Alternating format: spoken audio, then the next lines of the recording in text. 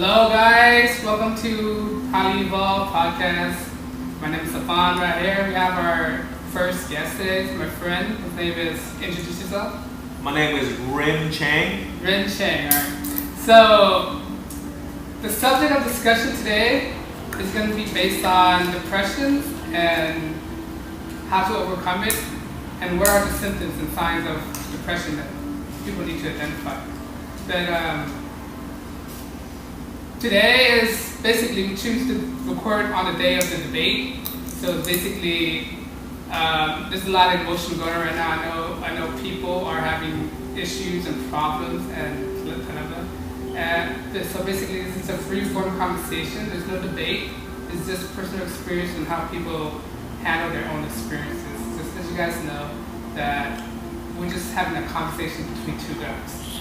Just happen to be the idea of depression. The reason why I choose the idea of depression is because that, some people have a lot of things going on in their mind right now, and some people just couldn't figure out a way how to overcome these obstacles. So we just want to make an open forum and let people know our experiences and how can they overcome, how did we overcome our own demons, and maybe people will take in our infos and apply to their own life and see if it works. But we're not any expert or anything like that. We're not psychiatrists. We're just two guys talking about these ideas. It just happened to be that the idea of depression is the main root of most people's dilemmas right now. So, and that's what I feel like that is holding most people behind at the moment. So, okay, let's get started. Ren, you wanna introduce yourself to your background? Okay, so, well, just before we start, I like to eat seeds, like sunflower seeds. So if you hear the clacking sound of the seeds, and you probably already heard it already, right? It's just me. He has a bag of sunflower in his lap right now. Yes. Knowing that might be a nuisance to the broadcast. This is a free form, so basically we're allowed to do anything. So feel free to eat as much seed as you want. Chop on a burger. Okay, whatever. so but my background is where do you want me to start? There's no format, bro. Okay. There's no format. So So graduated from college, just like Sopan over here. So pretty much think we know it all. But we're in our early 30s. Early 30s. We're trying to do things, trying to build businesses or whatever. Me, I have a barbershop. I hold a position as a barber as well, and then also I have an online business, and it's basically camping supplies and equipment and gears and hiking and all that good stuff. So you want to get to know a lot more about me. It's gonna come out as we speak, and Tell them where your barbershop is based in. Barbershop is in Long Beach, California. It's called CaliPrime Barbershop. It's local mom and pops. We've been trying to grow it and build more clientele.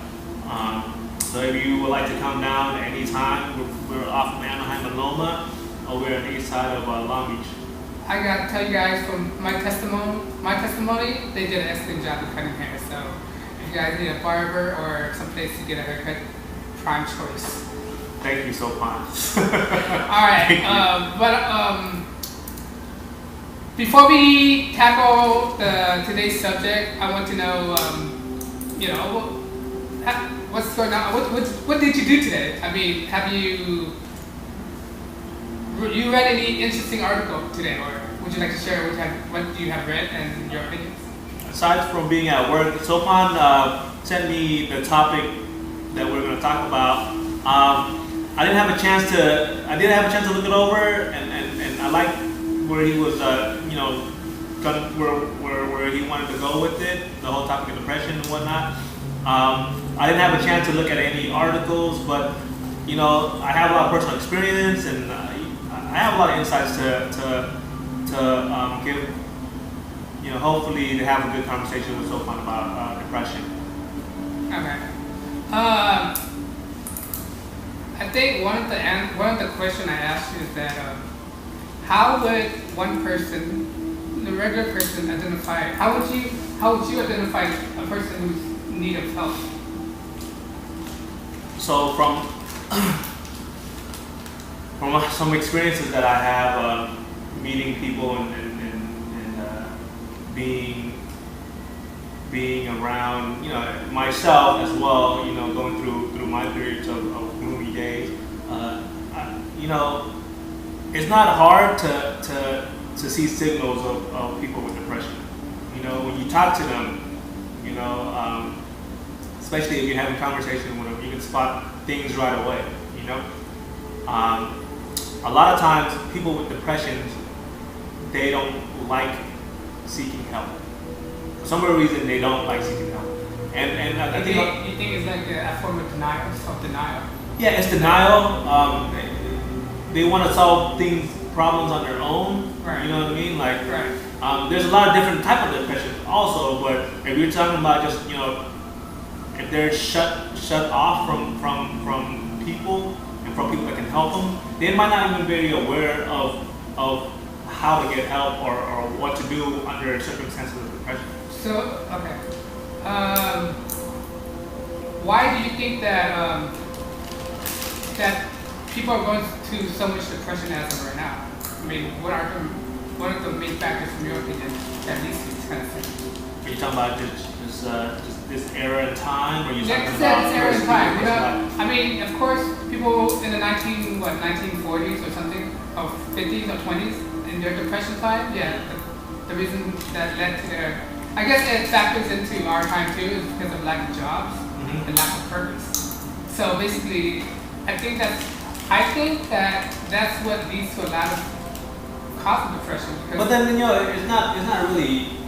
You can say all that, this times and whatnot, right? But you just looking like, I mean, if you look at Gandhi, right? Right. He himself went through a great, probably life, like maybe 20, 30 years of being in prison. You know what I mean? You're talking about Nelson Mandela. Yeah, like these people went through oppression, right? They had to suffer through depression in their own lives, right? So they can become greater. But to put it back all into retrospect, right?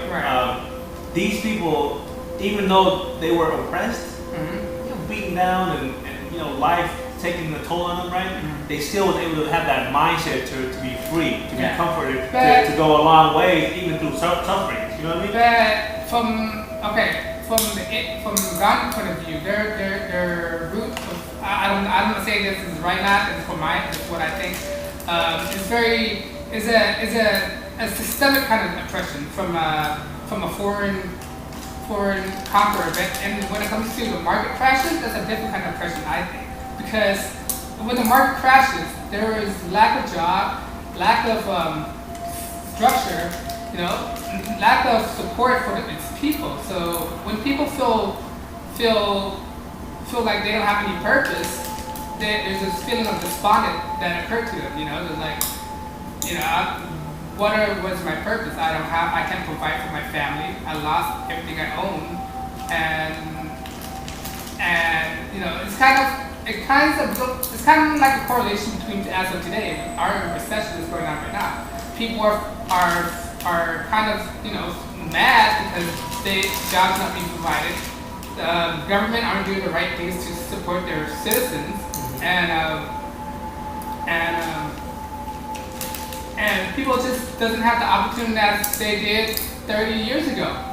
But I think that's a discrepancy between American depression and Indian depression. I mean, of course, Indian depression, of course, there's job factors and all that stuff. There's a correlation between. I think Indian depression could be pretty worse. It's worse because it's a dominant of one culture. It's like a. Well, they have this class issue where people can't even try to get better. Right. There's so much restriction. It's like apartheid, where one race or culture dominates another race, like in South Africa. Right. Until somebody breaks free, like a Gandhi, who stand up to these kind of oppression. But what I'm trying to get is like personal depression. Right. Like one-on-one. How does one person overcome like that? emotional balance, you know what I mean? Through cause through like troubles in lives, right? Right. And being able to make money is one of them. You know what I mean? Right. People get those kind of pressure to be better, to work harder, but they don't have those opportunities. Yeah, you need to be depressed. You know what I mean? How do I get better? Right. Just a question. How do I get better? How does someone get better? Right. And then when you're Sopan brought up a good point, right? He brought up points about financial hardships and the economy going back. So, and we're linking it to chemical imbalance, right? Right. You're saying that people essentially become malnutrition in their food habits, right? Because they're not getting enough money. That could lead to a form of depression. Yeah, it will lead to chemical imbalance. It will Right. lead to lack of nutrition. It will lead Right. to damaged lungs and organs and whatnot, and all that stuff leads to depression. You know what I mean? Depression is a combination of everything plus your emotional state of mind. Right.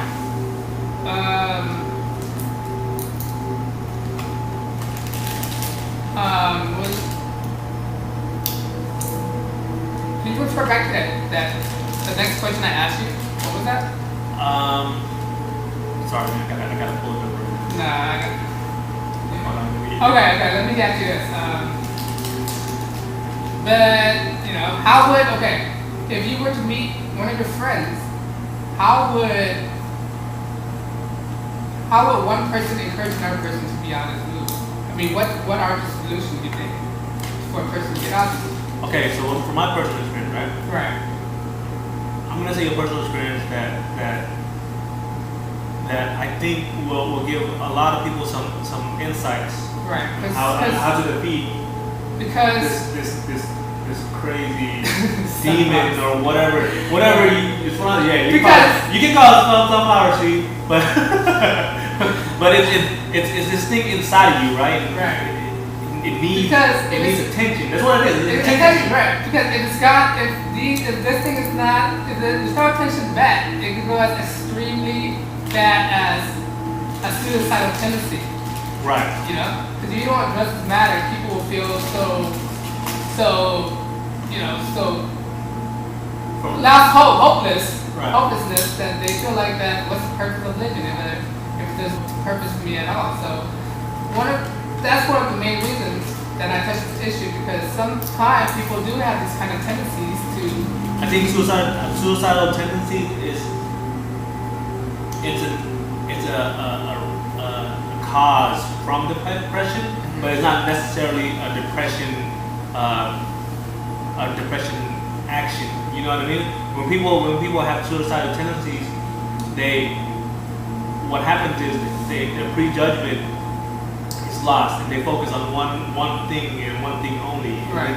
It becomes to the point where it kind of amplifies, and then that's how people become unable to control themselves to the point where they can't stop from committing an act. An act of harming themselves or harming other people. Right. But I think that's kind of far stretched. If we talk about the depression, clinical depression, I think you have to realize where the boundaries. If you get to that point, then yeah, you have to go find yourself a real doctor or real help. Right. Psychiatrist. Yeah, someone that can help you. You know what I mean? To restrain you from committing acts of harm. Illegal acts. You know what I mean? Like even upon yourself, it's illegal. But because from my personal experience, right? I mean, just real quick.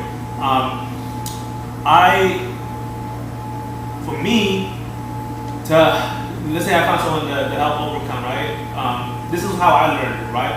I didn't know I had depression. I don't even know what it was. A lot of depressed people won't be able to complete tasks because their mind is so occupied in their depression that they can't complete a task.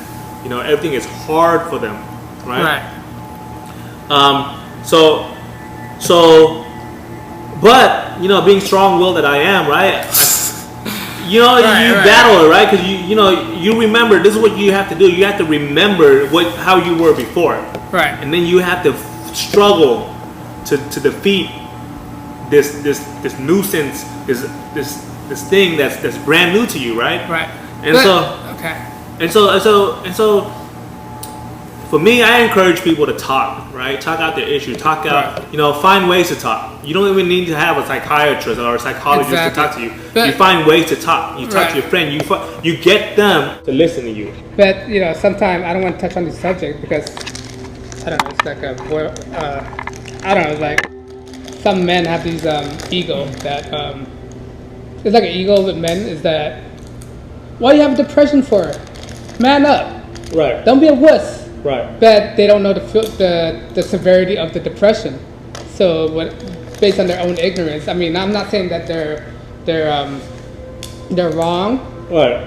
Because basically they don't notice how severe the situation is. Right. So one thing that concerns me is that people lack of understanding one person's situation. Yeah. It's like if compassion, right? yeah, it's like if somebody is showing exhibit or signs of despondency or low motivations. I mean, that's one sign of not to take things lightly because you don't know what you may say could lead them to another path. Right. So you don't know what to say. I think I'm at fault. But I think it's just a man culture. Right. Because men are taught in the beginning that they're not man up, you're a guy, and you're not supposed to feel this way, and you'll get over it. But sometimes saying one thing is totally different from actually helping them out. I think I'd be the worst person to help somebody out. I'm not even gonna lie. You know what I mean? Just because of my personality, I have a strong personality. You know what I mean? I'm way too opinionated. Right, okay. You know what I mean? Like, and so I might come off a little hard, insensible. Right. You know what I mean? Like, just because I'm the way I am. I already know how people don't respond to me well. At a friend level, just trying to communicate, just laugh around, you know what I mean? But that's not your fault. That's not entirely nobody's fault. Yeah, exactly. I mean, because people don't know. I mean, people, if they don't know, they can't be wrong or right because it's basically, it's just based on ignorance. And the thing is that when people say ignorance, it's not necessarily a negative connotation. When you really look at the root word, because being ignorant is basically not knowing the situation properly. True. But going back to the subject of I don't want to say guy culture, gynocentric culture, that's one of the obstacles that most men have to deal with right now. Is like, how sensitive can a guy be? But yet again, you don't want to be so apprehensive to your feeling that you misguide the person who's suffering from depression and cause them to take an opposite reaction, Right. Opposite, so you don't want them to commit all these unnecessary, I just read something the other day, right? Right. What you? An article. I mean, it wasn't. It wasn't. Somehow it relates to this right now. Right. Sure. So a girl, right? She had plastic surgery, right? And I guess the event they were at was like they were at a park or something next to the cliff, overlooking the ocean or something like that, right? And the guy the whole time was making fun of her plastic surgery. Wow. Right? Wow. Guess what the lady did? What she did? Right? She took her 10-year-old son and she jumped off the cliff with him. What? This was an article. Just the other day, I read it, right? Took her son? Not knowing that we were gonna have this topic, right? Just really it's just by coincidence. By coincidence that lady went through depression. You know what I mean? Like, and I think with females, with females, totally different. Yeah, it's totally different, right?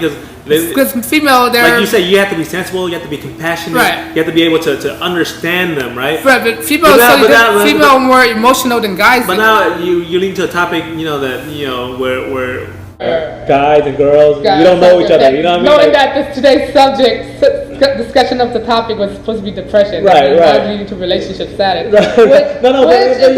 Guys won't understand girls, and girls won't understand guys correctly. Which it does, because it kind of correlates with each other, because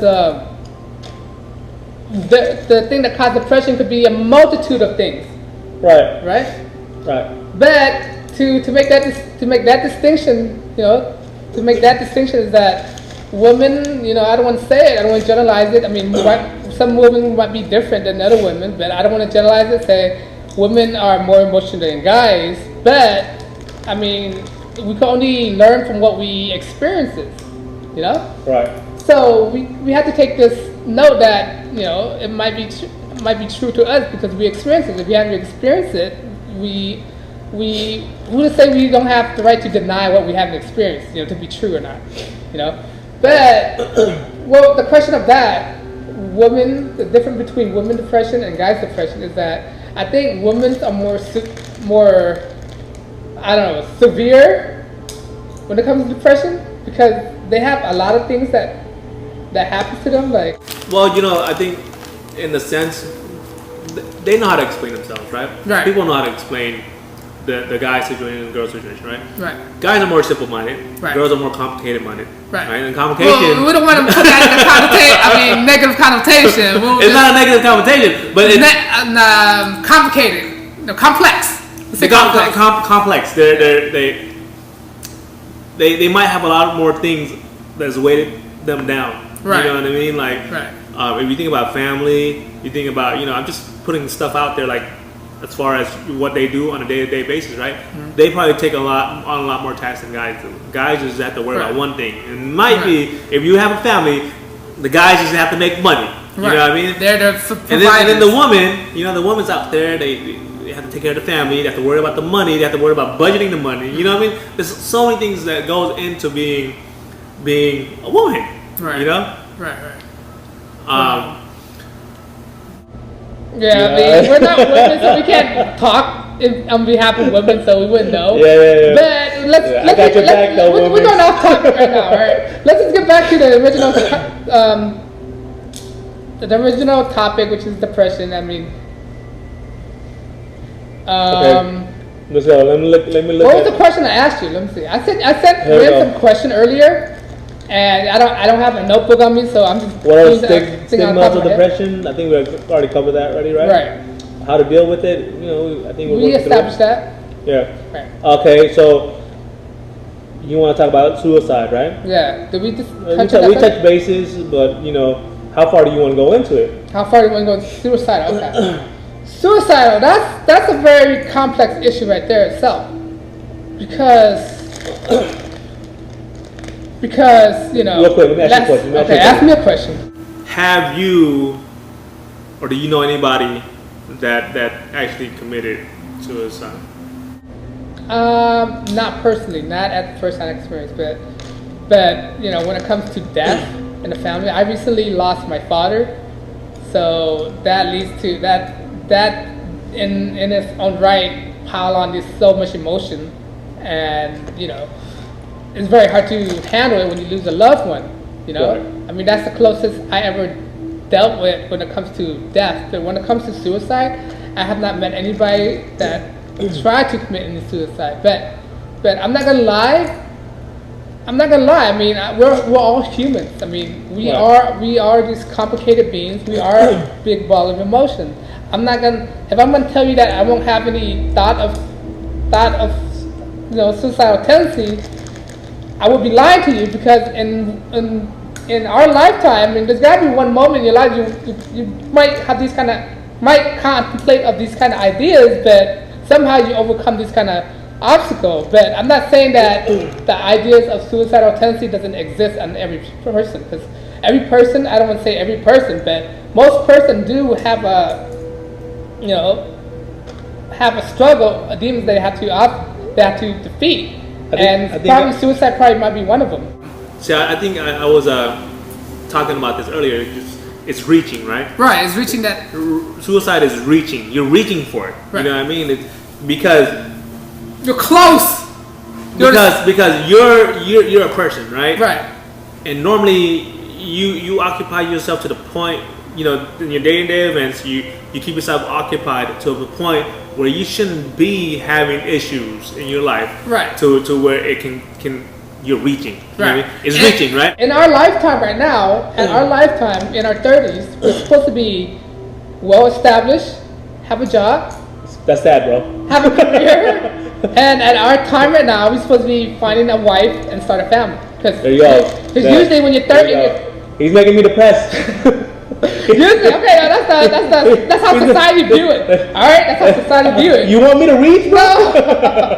No, but that's how usually society view it. When you're in your 30s, right? Expectations, right? Expectations can make a person feel their low point, right? Right. So you have to live up to this expectation. Then you realize you can't live up to the expectation. It's like a weight crash on you. Yeah. But yeah. I mean, at the end of the day, it's reaching. You're just reaching. Right. You know what I mean? Like there's this. You have better things to do. You have more things to accomplish. Right. You know what I mean? Like maybe you're not where you want to be. Right. But see, this is where hope comes in, right? This is where the future comes in, right? Hope is like the future, right? You just think about the future and what it can possibly be. You know? If you end it all now, guess what? The next day there's no possibility. The next day could be the lotto winning day. You know what I mean? Like, come on, you just ruined that chance. You know, like there's no. I mean, I'll tell you a story like how I overcome my emotional baggage, I guess. It's like, okay. I thought about, okay, if I do anything that's so sudden and abrupt, who I might affect, Right. I mean, your family, that's one thing you might affect. I mean, how would they feel? Well, that's a classic scenario that people bring up, right? Right. Like, hey, as a cause and effect, who are you affecting? How many lines are you, down, what tree are you going to affect, how far down the line you can affect, your family, your relatives, your sister. Right. Because when it comes to Asian culture, is that if you do one thing, like the last thing they want you to do is to harm yourself, because there's all these.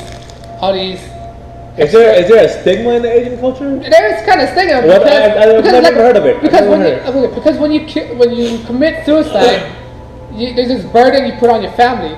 They got a funeral arrangement, financial situations, organizing the burden, organizing things. Like you take time out of their personal life. What he's saying is Asian families forever give you guilt trip, even if you exactly. Even when you die, they will continue to give you guilt trip. Exactly. That's what I noticed about Asian families. Great expectations. They're I don't want to say this, but they're so desensitized on the subject that they let the financial situation interfere with their emotional state. Right. Because they would rather you not commit all these acts to save them these hassles, and then you have this guilt trip when you do commit these acts. That's one thing that prevents me. I mean, I don't know if it's a good thing or bad thing, but it's kind of gray area. Right. Gray area you want to touch, but that's one thing that changed my perspective. I don't want to do nothing to my family that will hurt them because of my inability to understand the situation. For all you single ladies out there, just giving you a little bit of insight on the Asian culture. but that's besides the point. That that's just only one culture. I can't say the same for every culture, right? Right. But lead us back to the suicidal tendency is that how do we prevent it? Is that what stopped me from doing it is because I don't want to cause these burden, potential prosperity. If I do this, like if I kill myself, I ruin all hopes and dreams that might happen. Or if somebody do kill themselves, there might be that Einstein in there. So you lost all the hope and potential to help humanity because you, based on, I don't want to say your own selfish act, right? Do you think committing suicide is a selfish act? Selfish? Yeah. Well, okay. I mean, I don't want to be so broad. You know what I mean? I'm always Right. just broad person. You know, when you bring that up, you know, I'm thinking about philosophy, right? Right. You kill yourself to save 100 people. Right. Is it selfish or selfless? I think it's based on the situation. Right. Like, But if you're talking about suicide as far as the depression part of it, where you don't care about anybody else. But Yes, it's very selfish. Yeah, it's very selfish because when you hit that new low, you can't think right. Would you agree? Yes. You cannot think. You cannot be reasonable at all because all these emotions pile up in your mind, and you can't take time to organize your emotions. So basically, it's kind of a gray area. I don't want to repeat myself, but these stuff do prevent people from causing these acts. I don't know how negotiator works. Maybe they use that kind of tactic. I got a question for you, right? Okay. About suicidal tendencies, Right. So if you're on medication, Right. and some of these medications might have an effect to where it's amplifying your suicidal tendencies, Right. is there any prevention from that? You know what I mean? Like how do you take know? a drug to prevent something Yeah. that have a side effect that leads to something else. Right. So now you need another expert to say, hey, that's not the right medicine for you. Right. What's wrong with that picture? What is wrong with that picture? The whole idea of prescribing medicine to people when there's other solution that could help these kind of things, right? One solution that people tell me that would combat suicidal tendency is to exercise. Right, of course. Exercise, Increase endorphins in your body. Right. Give you like more serotonin, something like that. Yeah. You see result in your body, changes for the Right. good, and it build up your emotions. Right. No, those chemicals are happy chemicals, right? Right. It leads to Serotonin, to right, happiness or whatever. Right. And another thing is the type of food that you eat. Huh? You put the type of thing you put in your body. Right. You eat junk food, you feel like junk. Yeah. But you eat good food, you can feel good for yourself. That's one thing somebody told me. Well, not necessarily. You have a well-balanced food. Like Right. This is what we're talking about before too, right? Where financial struggles lead to malnutrition. Right. That can lead to chemical imbalance. Well, if you eat correctly every day with a well-balanced diet, somehow, it's not miraculous or anything like that to nature, right? Right. It's natural that a well-balanced person, healthy person, stay away from bad, negative things because they have a well-balanced diet, they have a well-balanced life, they have a well-balanced, everything's balanced. You know what I mean? You could bring up a person with that in might the best be vague, physical right? condition. I get it. That might be vague. Yeah. The best physical condition, right? But still depressed. They could still be depressed. Right. But that's another issue that we have to tackle. Like Yeah, society. but if he's not brushing his teeth, he's not balanced. Right, not balanced. You know what I mean? But there's a psychological balance too. Would you agree with that? Well, that's the whole other topic. You know what I mean? Like if you add like other mental issues to a depression, Right. Then you have to battle another beast. Right. You know what I mean? There's two separate beasts. Right. That you have to first battle that psychological issue, mental issue, and then you battle the depression. Okay. Or even both at the same time. But you know what I mean? Like that kind of stuff is. Hey, we just warn you guys, we're not experts at this, all right? We're not experts. Don't come to us. Don't go come to to the us. doctors. Go to the doctors. But we're just speaking from our point of view of how we see things in life. Right. But what was the last question that I ask you? Okay. So the symptoms of depression, we talked about that. What is the most important? How would you react to suicide to a loved one? Okay, let's talk about this, right? Yeah. It's not just any random people. You know what I mean? Did we touch the subject, Rory? Well, we kind of talked about it, but we're not. We didn't go all the way over it. All right. How would we react to if someone you cared about? Okay. Let's say Sopan, you had a girlfriend, right? She goes through her phases, right? One of them, she's battled for a long time. Is depression, right? You hear a lot of stories about she's cutting herself and all this stuff. Right. How would you take care of that situation? I would be devastated, especially someone who I love, who have this emotional stake in my life, I would be so devastated. I would do anything I can to prevent them from committing any kind of, bad things or harm them. But people are stubborn in yeah. nature, right? That's Even when they're not depressed, right. they can be very stubborn. You can't talk them out of anything, right? Right. And then you have this situation where they are depressed, right? They're stubborn in nature. How are you gonna help them now? Still, and you love them dearly, right? I think for my thing, you have to do the best you can. That's why, you can do the best you can, right? Anything you can to stop them. Tell them, give them the suicide hotline. No. I don't want to say there's solutions. Let me Finish what you add more to it, right? Right. A lot of incidences, when the couple, mm-hmm. right? When the one companion gets to the low point, mm-hmm. right? In a lot of instances, if you name maybe even celebrities, right? Right. They leave. The other companion leaves. Right. Because it's not that they're not compassionate. Mm-hmm. It's because it takes a toll. Right. On them, whether it be financially, whether it be the freedoms, mm-hmm. whether it be, like. No, but I think you're kind of steering off kind of topic. This is dealing with somebody that you already love and they suddenly died on you, right? Not. No, they didn't die on you. No, not die on you. No, they're at the point. They're at the low point where they want to commit suicide. I thought you were talking about I thought the question was like, how would you react if somebody actually achieved this goal of committing suicide and they died? Okay. Go ahead. You can even talk about that. Go for it. I would be, like I said earlier, I would be devastated. If they die, I can't do much because they already committed to suicide. Okay. Right? They already died. But that's what. It might cause you to.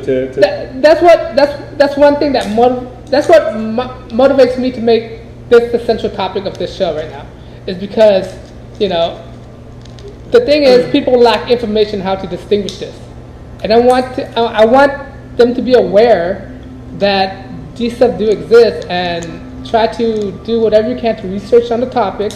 Don't just listen to us. Listen to multiple angles, but I just want to bring up the topics just to be out there so people could talk about it.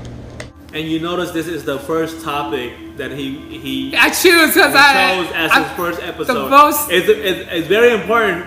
Complicated issue. Social media people, social networking type of people. I think it is a good topic to choose just because. Because it's very hard for me to pick a topic. So basically, I want to pick a topic that's very meaningful to people.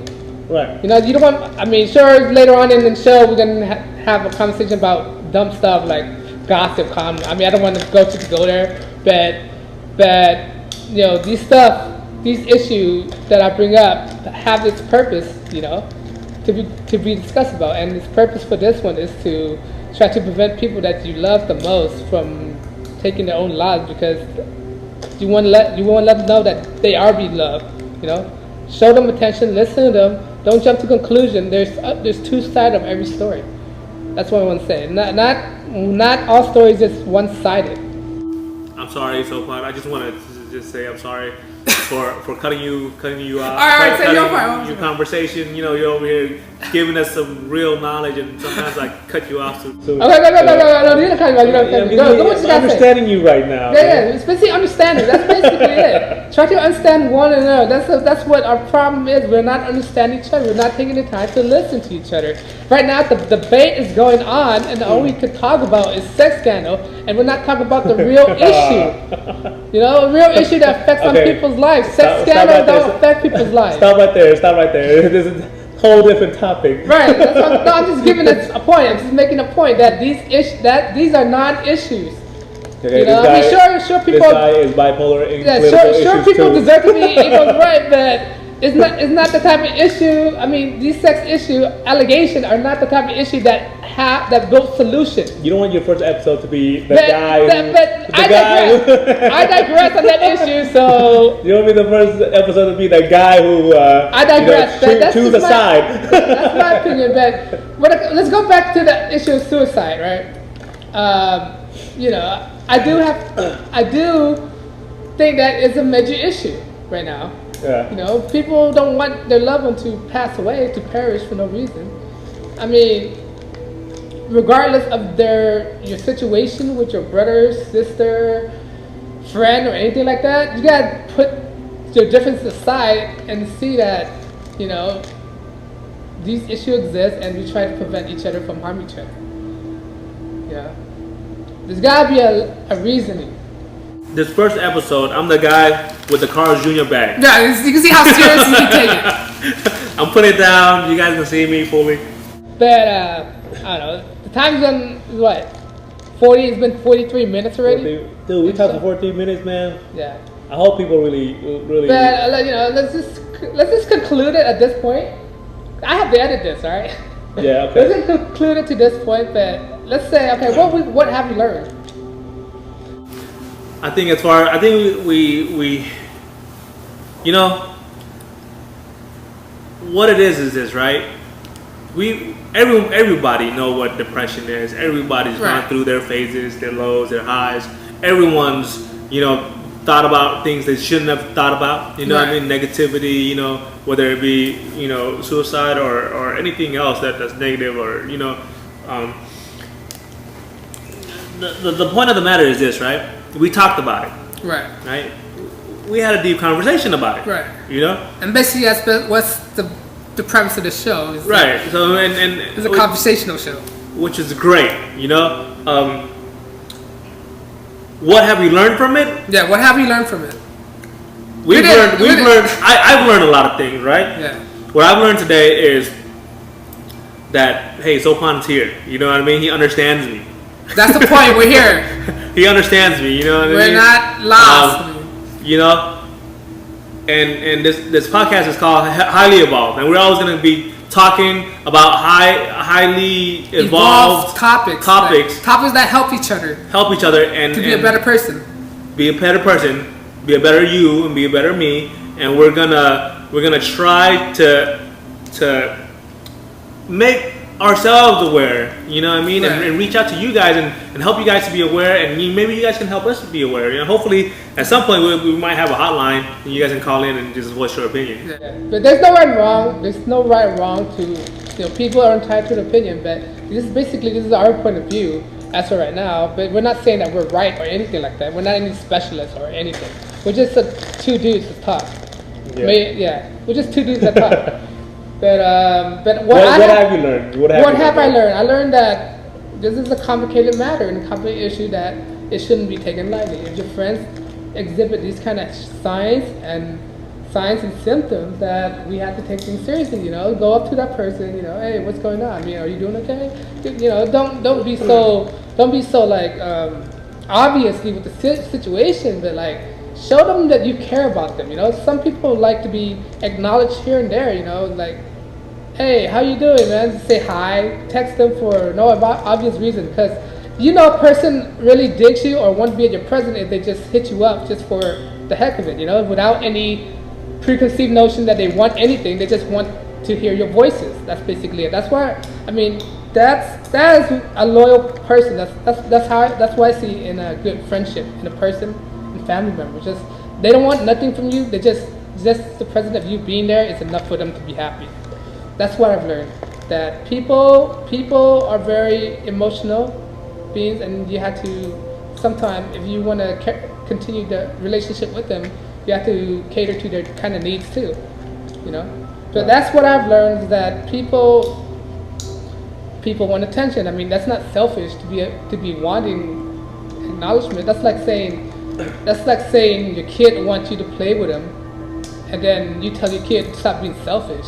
That don't make sense. You know, I mean, people want to be. The reason why they want you to listen to them, they enjoy your presence. You know, being around you. I mean, if you're gone, how would that make the person feel? Or if I lost somebody that I truly love, I mean, I would be devastated to the max, and that would lead me to my depression. You know, right? And that will lead all your other friends. You know, because they enjoy. There's a reason why they're your friends. If you suddenly kill yourself, you know, right? That will lead on to your friend maybe, you know, killing themselves. It's like a domino effect. And there's been headlines on articles, you know what I mean, about things that happen in that nature. Right. You know, and it's real. Yeah, it's real. This is a real issue. It's a real topic. And, okay, well, that's our first episode. I just want to end it right there. And if you guys want to support the show, if you guys want to support the show, go on Twitter. Our Twitter name is Highly Evolved 1. It's one word. Highly Evolved with the number 1. Facebook us Highly Evolved. But we'll continue to push out great contents for you guys and for everyone to enjoy. Once again, thanks for your support. Thanks for giving us the opportunity to hear what we have to say. And thank you. Thank you once again, and have a good day. Have a good day.